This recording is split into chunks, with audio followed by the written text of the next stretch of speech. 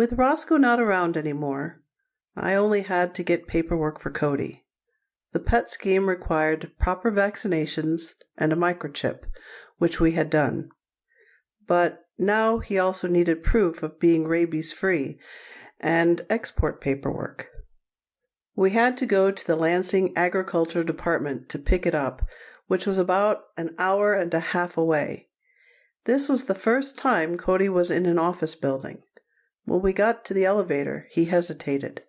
I walked in first, and he slowly followed me in. He looked around as I pushed number 3. The office wasn't that big. A woman took my information, looked at Cody, and asked me to wait. I waited 15 minutes, and out came another woman with a piece of paper. It had a fancy embossed stamp on the official-looking document. Briefly looking over it, I saw that they put Cody down as livestock/domestic animal. This form seemed to be used for exporting animals of all shapes and sizes. I didn't see anything that said domestic pet, so Cody was like a cow or a horse. It was a funny thought. I thanked her as we left. "Well, Cody, I guess you're ready to travel now." I looked at him as we got into the elevator. Now he was a pro getting in.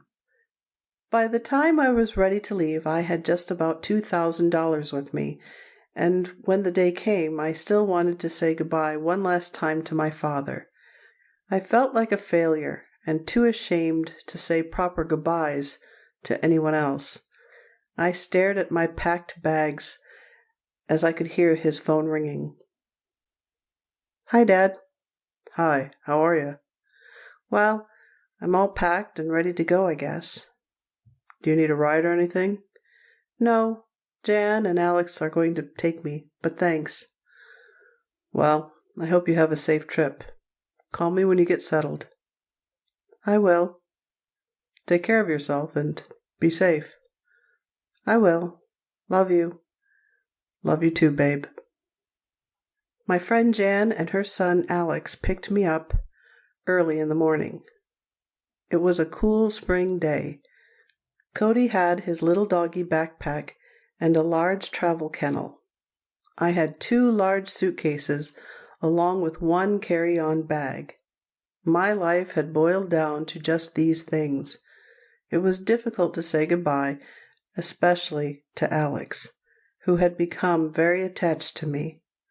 He took a picture of me and Cody, then I said farewell to them.